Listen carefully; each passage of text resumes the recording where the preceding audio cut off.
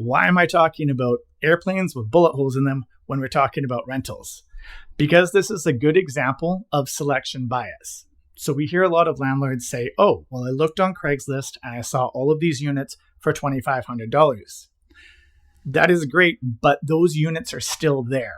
So while Craigslist and the other sources showing what prices there are, you want to take a look at the ones that are not there.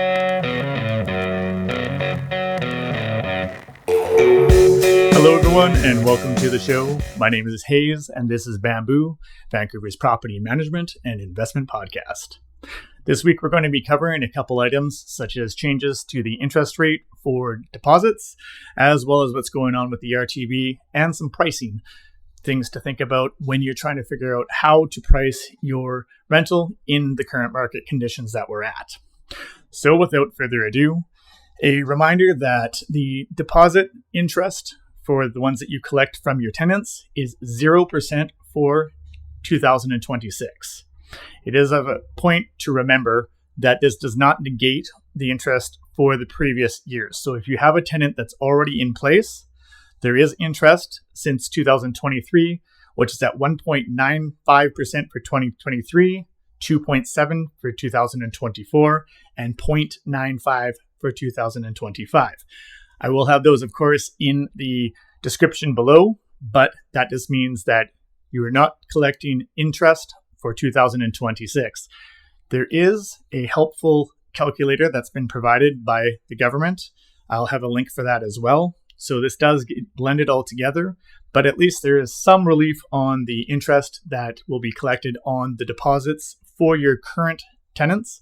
And that is a little bit of help for the current owners, as I'm sure many of the landlords haven't taken a bit of a beating over the past little while. Just remember that it does not negate anything else. It's just for the current year, just so that you don't get yourself in a bit of trouble. Now, I had spoken before about the cases that we've been dealing with the RTB, and it's causing us to look into it a little bit more. It's quite interesting in the fact that you can request a transcript. You are not allowed to record any of your RTB hearings, but you can request a transcript. What the interesting part is with the transcript, of course, is that you are not permitted to share it or publish it. So again, this kind of keeps things in the dark for people who have been at the RTB, maybe have got a bit of a weird hearing and have got a weird thing coming out from the arbitrator as to who's right, who's wrong, and how things are applied. So as I said, we're going to be digging more into what exactly is going on at the RTB. We're going to be looking at things such as what do you need to become an arbitrator there? And is there any training? Things like this. Do they work on precedent? Which so far we've been shown that they don't, but we'll take a look more into that throughout this year as well. We're just trying to bring a little bit more transparency to the RTB, since most people have some pretty crazy stories that come out of it. And now we're going to start asking why.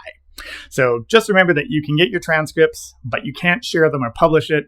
So it does make you kind of wonder, though, why is everything muzzled up and in kind of secrecy almost of what happens at any arbitration hearing for a tenancy?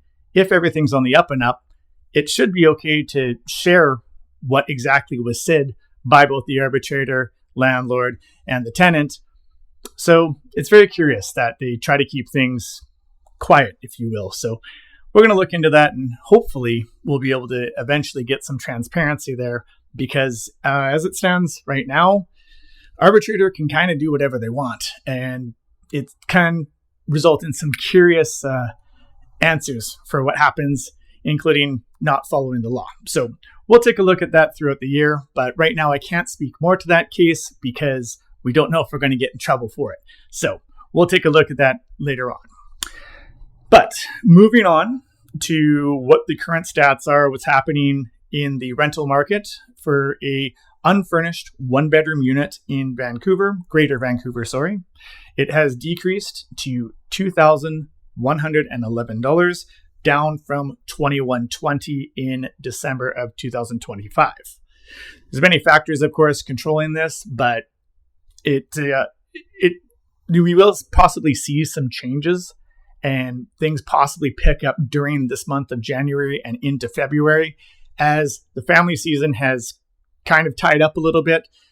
This is usually when people will get together for family events and announce things such as pregnancies, engagements, or on the darker side, divorces, all of which cause a difference in your housing arrangements, whether you're needing an extra room or maybe downsizing to need less of one.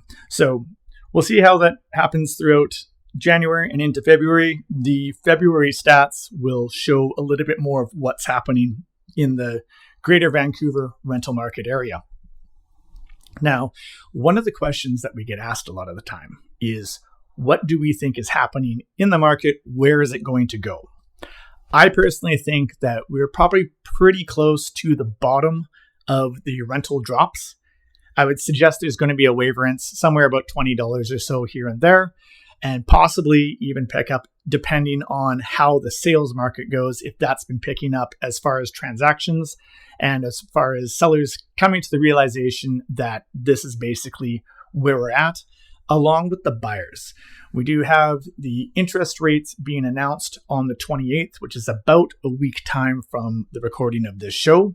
So we will see how that turns out. I think that a lot of the buyers have been waiting on the sidelines to see what happens if they're going to go down more. They've been fairly stagnant for the past few meetings with the Bank of Canada. So it might be the possibility that buyers are just going to have to accept this is how it is. This is where we are. Been waiting 6 months. It's just time to move. That, of course, with the sellers, they're going to have to come to the terms of the exact same thing. So we will kind of see how things develop in the first quarter. But if they stay at the same level, we may see a little bit more action in the sales market, which may turn into more action in the rental market as tenants will get displaced due to people selling. One of the other things that kind of guides us towards the idea that the rental market has sort of balanced out and leveled out to about as low as it's going to go, in my opinion, of course.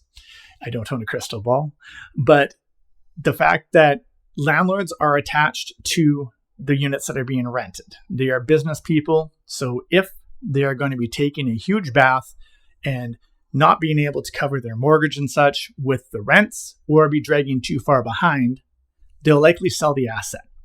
They may sell it for not as much profit as they were hoping for if they want to move it into something else that they feel will build more equity for them, or if it's damaging them and they're going to end up losing a heap load of money due to the rental level being so low on that, they'll likely sell the unit to stop the bleeding. So that is one of the things that is guiding me towards the opinion that probably, as far as rent levels go, I think we're getting pretty close to the bottom. That is probably some decent news for the landlords, and for the tenants, might be a good idea to think about taking advantage of the lower rents, and if you need to upsize, moving now, or even if you want to do a lateral move to get a lower rent, that might be something you want to consider.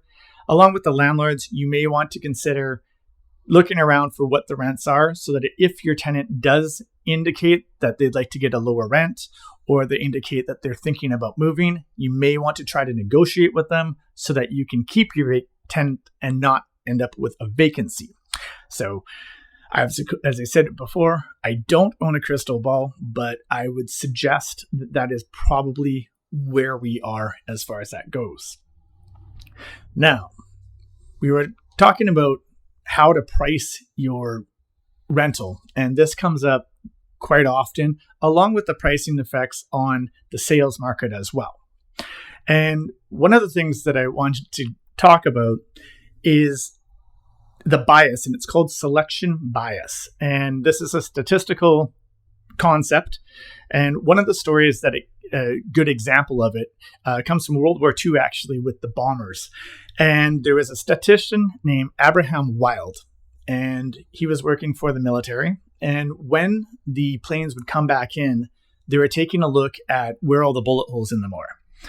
So all through the wings, all that, and these planes returned. So the military at first with this data wanted to armor where all the bullet holes were. However, Abraham Wald countered that with saying that they should protect the parts of the airplane that don't have as much bullet holes in it, because that's likely showing that those planes did not return. So why am I talking about airplanes with bullet holes in them when we're talking about rentals? Because this is a good example of selection bias. So we hear a lot of landlords say, oh, well, I looked on Craigslist and I saw all of these units for $2,500. That is great, but those units are still there. So while Craigslist and the other sources showing what prices there are, you want to take a look at the ones that are not there. So likely $2,500 is a little bit high, maybe shoot a little bit under that, no pun intended, to make sure that you're getting a tenant and getting a selection of tenants, simply for the fact that the ones that are still on the market obviously haven't been rented and therefore might not be the correct price. Now, of course, there are other things that do apply for picking the price of your rental or sale for that matter, such as the age, such as how many bedrooms, location, condition, all these sorts of things. So it's not a silver bullet, but as far as pricing goes, the actual number itself, do take a look at what's still out there and maybe use that as a guide to decide where you want to be, and do look at each unit, because that might be the problem, is that all the units are around $2,500. Nobody wants to pay for that. Therefore, try to shoot a little bit lower than that and end up with a tenant. So we talked about the case that we tried talking about the case that went not very well at the RTB, and that one of the things that has come up from that is the arbitrator had decided that even though the contract was signed twice, that the tenant was not advised of the increase in their move-out fee, which is what the conflict was over.